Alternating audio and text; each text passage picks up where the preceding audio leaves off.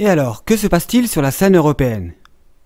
Sur la scène européenne, on a appris hier, je crois, que la Grèce allait être sortie d'affaire. C'est l'inénarrable Pierre Moscovici, commissaire européen de nationalité française, qui a assuré que le 20 août, ça y est, la crise serait terminée en Grèce. C'est évidemment une plaisanterie. Mais pourquoi M. Moscovici disait ça? Parce qu'on a appris, et donc hier, que le MES, Mécanisme européen de solidarité, avait décidé de verser la dernière tranche d'aide à la Grèce, une aide financière de 15 milliards d'euros.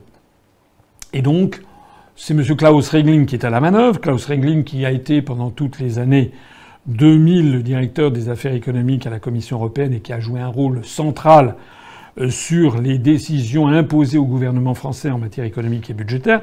J'en avais parlé dans ma conférence qui s'appelle Qui gouverne la France et qui est encore en ligne.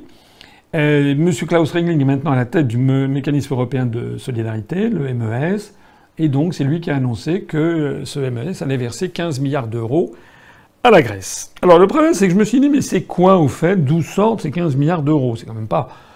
C'est comme dirait Molière, on trouve pas ça dans le pas d'un cheval. C'est quand même beaucoup, 15 milliards d'euros.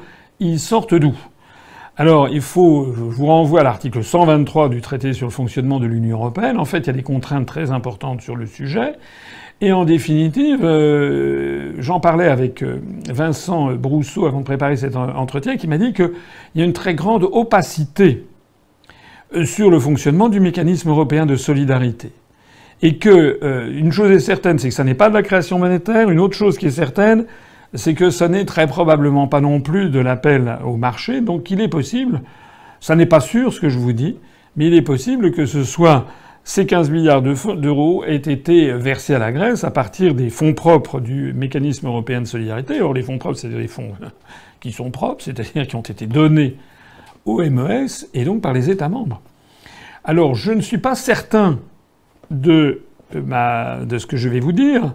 Nous sommes en train d'enquêter sur l'origine précise de ces fonds, mais sauf erreur, il semblerait que ce soit des fonds qui sont versés par les États au MES. Ça voudrait donc dire que ce sont des fonds que la France avait versés au mécanisme européen de solidarité qui viendraient d'être transférés à la Grèce, c'est-à-dire à peu près, la France payant 16%, 16% de 15 milliards d'euros, ça fait en gros à peu près 2,4 milliards d'euros versés par le contribuable français comme ça, discrètement, à la Grèce, alors que je rappelle qu'au même moment, on apprend qu'en France, il y a des drames de plus en plus permanents qui se produisent à peu près dans tous les domaines, notamment dans les domaines des services publics.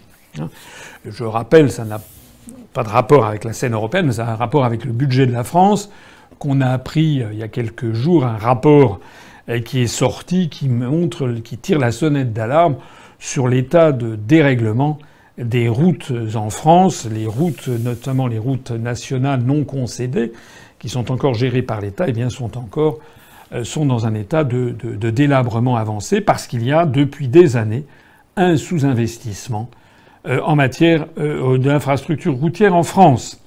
Il manque à peu près plusieurs dizaines de millions d'euros chaque année pour qu'on entretienne ces routes, mais là, qu'il y ait des nids de poules, que ça crée des accidents, qu'il y ait de plus en plus de routes qui soient en pleine dégradation en France, eh bien, on l'accepte, mais l'essentiel est d'aller verser de l'argent à la Grèce. Cette Grèce, d'ailleurs, qui n'en a pas fini de ses malheurs, puisque la Grèce étant toujours dans l'Union européenne et dans l'euro, la situation dans laquelle elle s'est trouvée va de toute façon se reproduire un jour ou l'autre, dans 6 mois, dans 2 ans, dans 5 ans, puisque le vice fondamental, c'est que la Grèce ait la même monnaie que l'Allemagne. Or, l'économie grecque, le tissu industriel grec, l'économie, le service, comment dirais-je, le secteur des services, le secteur agricole, tout ceci n'a aucun rapport, la productivité des Grecs, le rapport des Grecs au travail, tout ça n'a aucun rapport avec ce que l'on trouve en Allemagne. Et donc, de toute façon, la Grèce se trouve durablement, très durablement, dans une situation d'appauvrissement généralisé. Voilà la situation.